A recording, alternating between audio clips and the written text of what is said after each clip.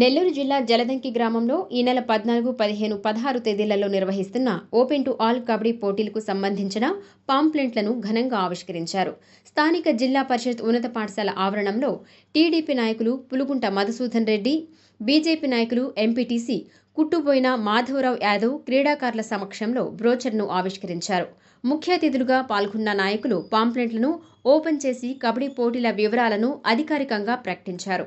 ఈ సందర్భంగా వారు మాట్లాడుతూ కబడ్డీ వంటి సాంప్రదాయ క్రీడలు గ్రామీణ యువతలో దాగి ఉన్న ప్రతిభను వెలికి తీస్తాయని అన్నారు.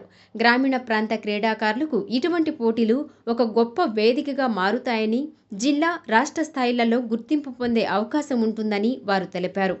యువత క్రీడల వైపు మరింత ఆకర్షితులయ్యే ప్రతి గ్రామంలో ఇటువంటి కార్యక్రమాలు జరిపే విధంగా గ్రామ పెద్దలు కృషి చేయాలని వారు పిలుపునిచ్చారు.